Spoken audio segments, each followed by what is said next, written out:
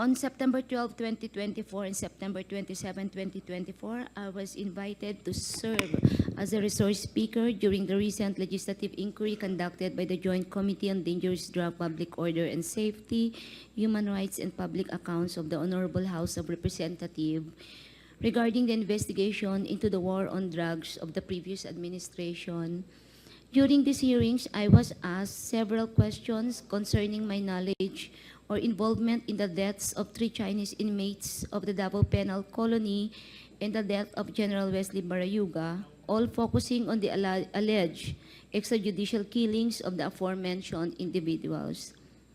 I was also questioned about my relationship with the former president, as well as my career as a police officer and my tenure as the general manager of the Philippine Charity Sweepstakes Office.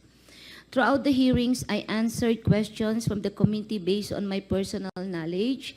However, I did so with great apprehension as I recognized that my statements on national television could significantly endanger my life, the safety of my family, and others very close to me.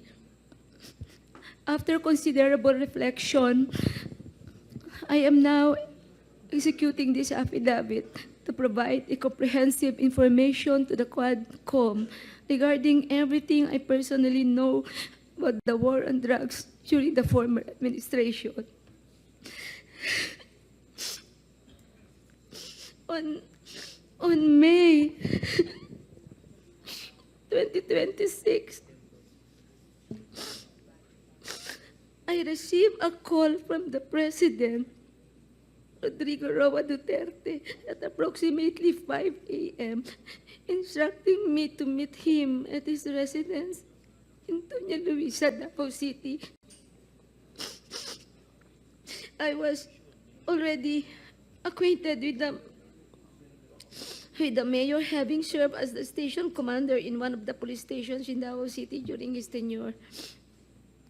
During our meeting, he requested that I will locate a PNP officer or operative who is a member of the Iglesia ni Cristo, indicating that he needed someone capable of implementing the war on drugs on a national level, replicating the Davao model.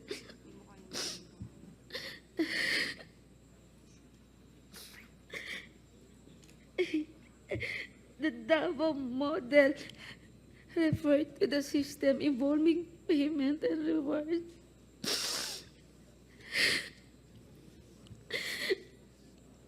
The Davao model involves 3 levels of payment of rewards. First is the reward if the suspect is killed. Second, if is the funding of planned operations. And the third is the refund of operational expenses. Colonel Garma, can you speak louder? I'm sorry, speak closer to the microphone.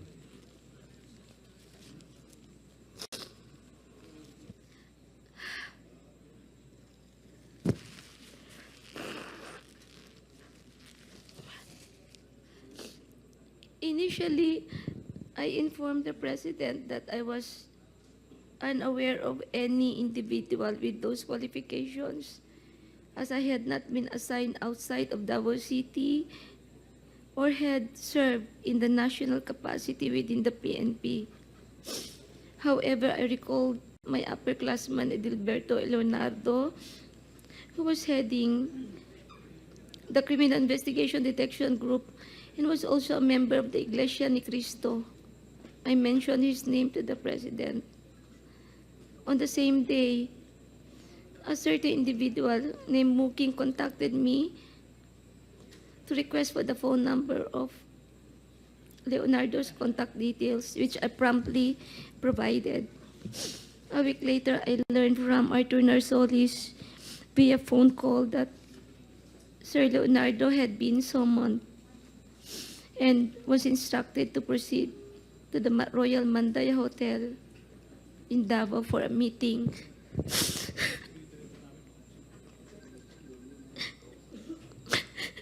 Leonardo informed me later that he stayed at the hotel for almost 3 days, during which the president directed him to organize, according to Sir Leonardo, a task force which he understood as PAOK-TF. When Leonardo relayed this information, urged me to join the task force, I declined first, citing my lack of experience in handling said operations.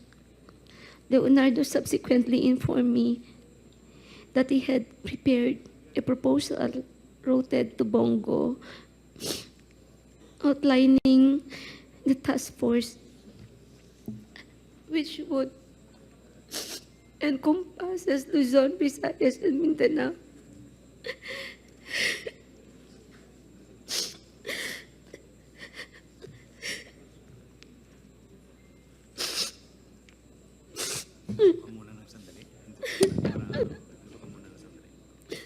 I am afraid of my life, Mr. Chair, and the life of my relatives and my friends and classmates.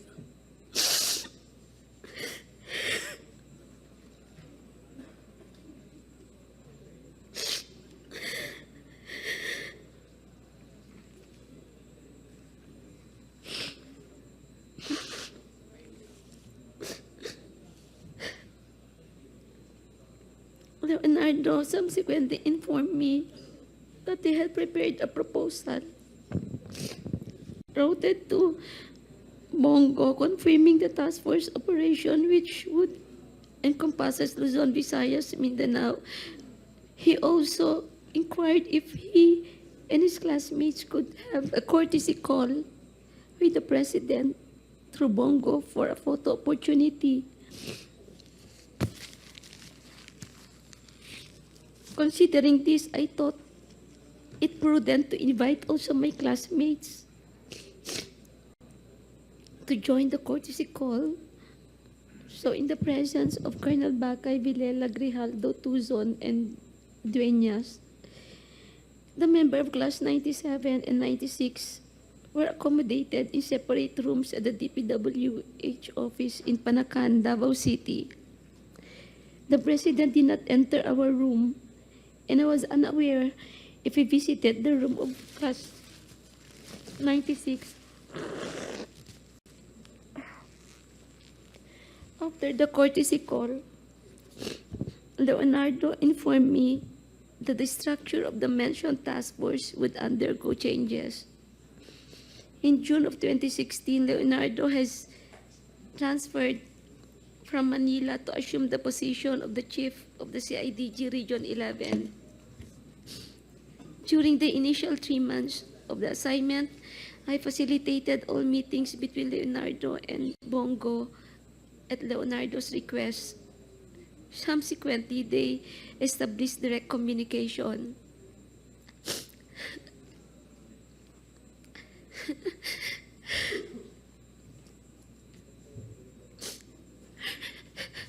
Leonardo informed me that he had recalled several trusted personnel, namely Lester, Romel Bactat, Rodel Serbo, Palma, Peter Parungo to serve as operative for the task force. Notably, Bactat, Serbo, and Palma were, for now, discharged from the police service.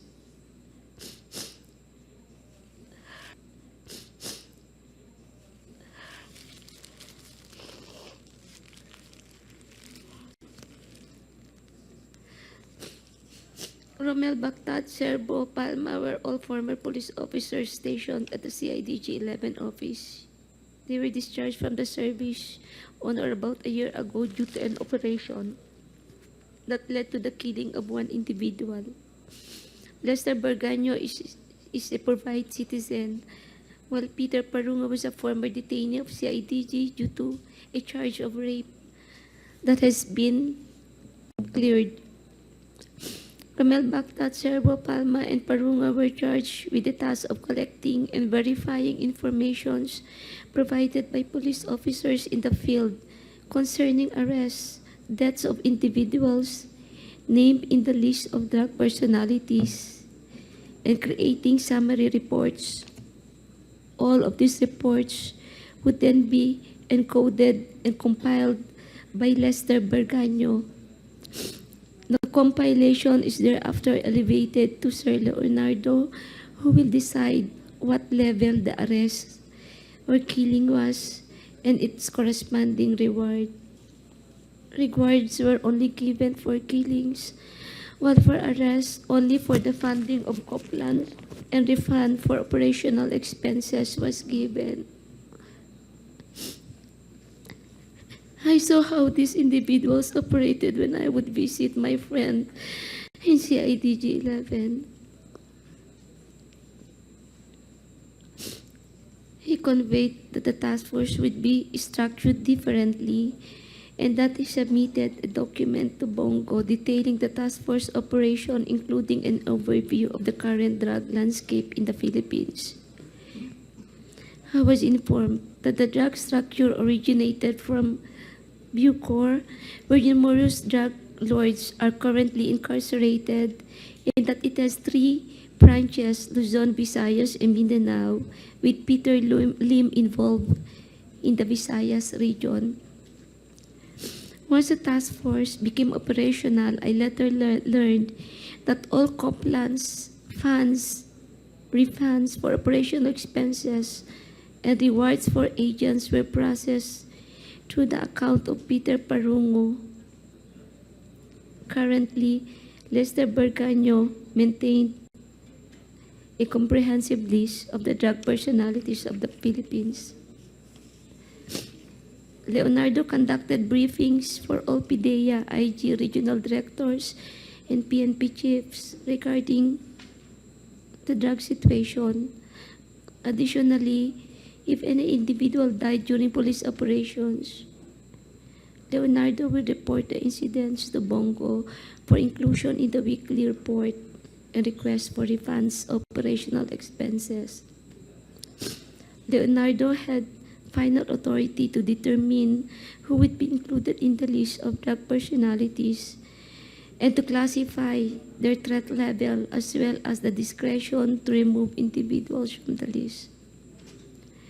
Furthermore, in 2016, while I was at the CIDG office following up the appointments of my personnel, I overheard Padilla discussing drug activities at the Davao Penal Colony with Leonardo. Padilla specifically identified certain Bucor officers involved in drug trade, notably mentioning an officer named Ginto, who was subsequently killed along with other Bucor members. These are the critical facts I personally know regarding the drug war of the previous administration. I am prepared to provide additional details and information in a supplemental affidavit or during an executive session at the discretion of the committee. I affirm the truthfulness and accuracy of the above statements to assist in the investigation by the Joint Committee, Your Honors.